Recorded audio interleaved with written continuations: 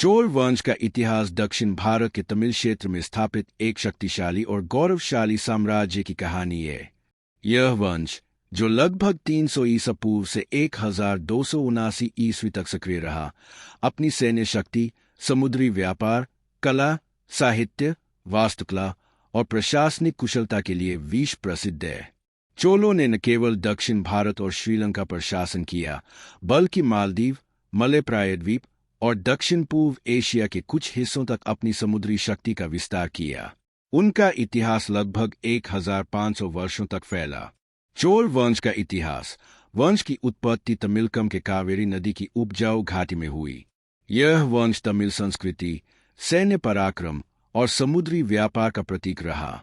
चोल साम्राज्य ने भारतीय उपमहाद्वीप के साथ साथ दक्षिण पूर्व एशिया में भी अपनी छाप छोड़ी। चोल वंश के कालखंड। चोल वंश का इतिहास 4 प्रमुख कालखंडों में विभाजित है। प्रारंभिक चोल संगम युग 300 ईपू 300 इस काल में चल तमिलकम के 3 प्रमुख राजवंशों चोल, चेर और पांड्य में से एक थे।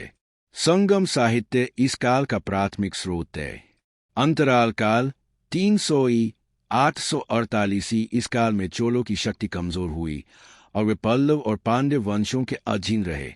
मध्यकालीन साम्राज्यवादी चोल 848 1070 विजयालय चोल के नेतृत्व में पुनर्जनन हुआ और राजराज चोल प्रथम व राजेंद्र चोल प्रथम के समय साम्राज्य अपने चरम पर पहुंचा। उत्तरकालीन चोल 1070 1279 कुलोत्तुंग चोल प्रथम से शुरू होकर चोल साम्राज्य धीरे धीरे कमजोर हुआ और पांड्य वंश के उदय के साथ समाप्त हो गया। एक प्रारंभिक चोल संगम युग। प्रारंभिक चोलों का इतिहास संगम साहित्य से प्राप्त होता है, जो तमिल भाषा में लिखा गया प्राचीन साहित्य है। यह 2वीं शताब्दी ईसा पूर्व से 3वीं शताब्दी ईस्वी तक का माना जाता है। संगम साहित्य में चोल राजाओं के शौर्य, व्यापार और सांस्कृतिक योगदान का वर्णन है। इस काल के 2 प्रमुख शासक थे। करिकाल चोल। करिकाल चोल प्रारंभिक चोलों के सबसे प्रसिद्ध शासक थे। उन्हें कावेरी नदी के किनारे पुहार कावेरीपत्तनम शहर की स्थापना और नदी पर एक बांध बनाने का श्रेय दिया जाता है।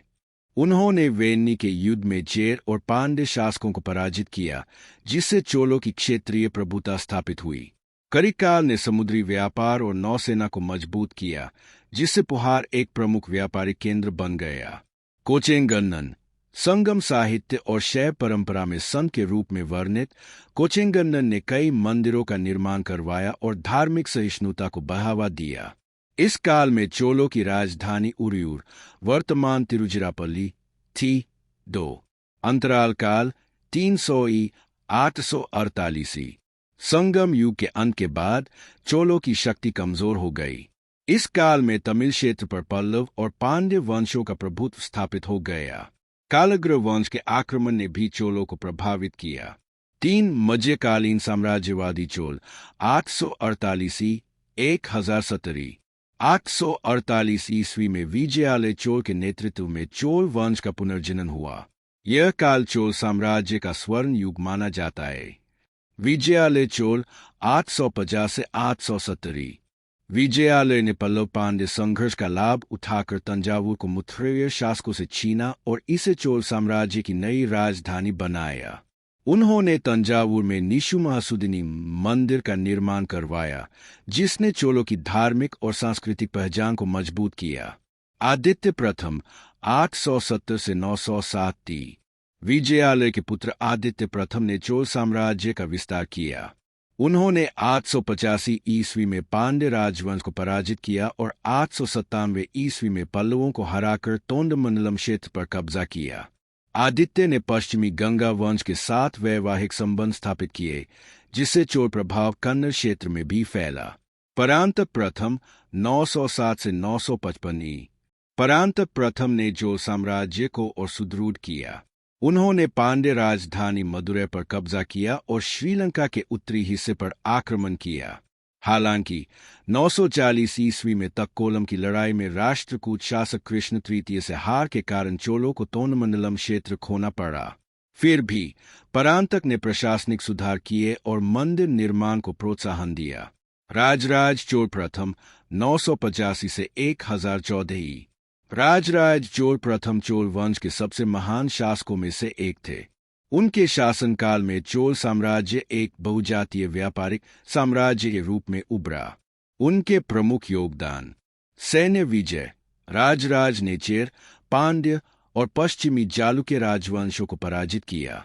उन्होंने श्रीलंका के उत्तरी और पूर्वी हिस्सों पर कब्जा किया और मालदीव पर नियंत्रण स्थापित किया। नौसेना शक्ति: चोल नौसेना को सुदृढ़ किया, जिसने भारतीय व्यापार मार्गों को सुरक्षित किया और दक्षिण पूर्व एशिया में प्रभाव बढ़ाया। प्रशासन: राजराज ने 1000 ईस्वी में भूमि सर्वेक्षण करवाया, जिससे संसाधनों का प्रभावी प्रबंधन हुआ। उन्होंने केंद्रीकृत प्रशासन स्थापित किया। मंदिर निर्माण: 1010 ईस्वी में तंजावुर में बृहदीश्वर मंदिर का निर्माण करवाया, जो द्रविड़ वास्तुकला का उत्कृष्ट उदाहरण और यूनेस्को विश्व धरोहर स्थल है। राजेंद्र चोल प्रथम 1014 से 1044 ई।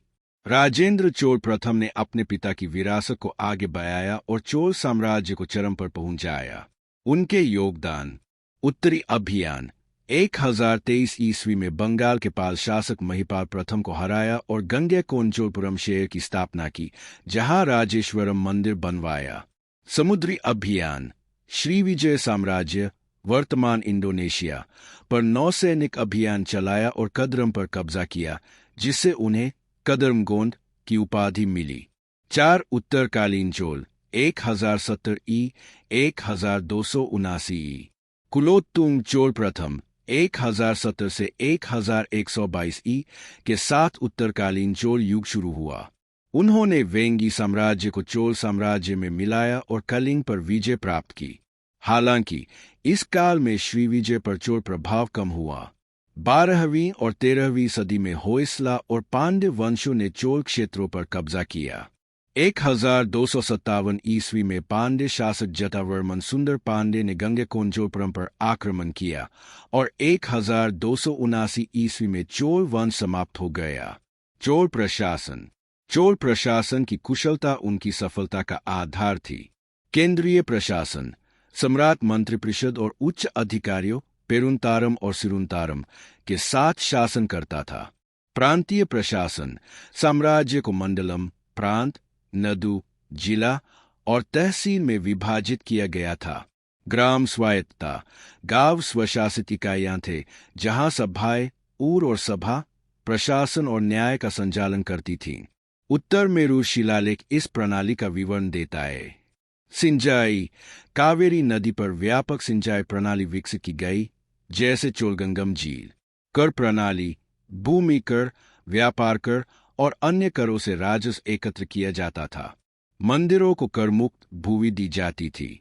सांस्कृतिक योगदान: 1. मंदिर वास्तुकला: चोलों ने द्रविड़ वास्तुकला को नई ऊंचाइयों तक पहुंचाया। बृहदीश्वर मंदिर, तंजावुर, राजराज चोल द्वारा निर्मित, 216 फीट ऊंचा, यूनेस्को स्थल। गंगैकोंडचोलपुरम मंदिर, राजेंद्र चोल द्वारा निर्मित। ऐरावतेश्वर मंदिर, दारासुरम, जटिल नक्काशी के लिए प्रसिद्ध, यूनेस्को स्थल। 2. कांस्य मूर्तिकला: चोल काल में नटराज की कांस्य मूर्तियां विश्व प्रसिद्ध है। रानी सेम्बियन महादेवी ने इस कला को प्रोत्साहन दिया। 3. साहित्य: तमिल साहित्य में भक्ति साहित्य, कंबन का रामायणम और नलायर दिव्य प्रबंधम प्रमुख है। समुद्री व्यापार और नौसेना: चोल नौसेना ने बंगाल की खाड़ी पर नियंत्रण स्थापित किया। चोल वंश का पतन: कमजोर शासक जैसे राजराज चोल तृतीय, पांड्य और होयसला आक्रमण। श्रीविजय पर प्रभाव ह्रास। सामंती विद्रोह: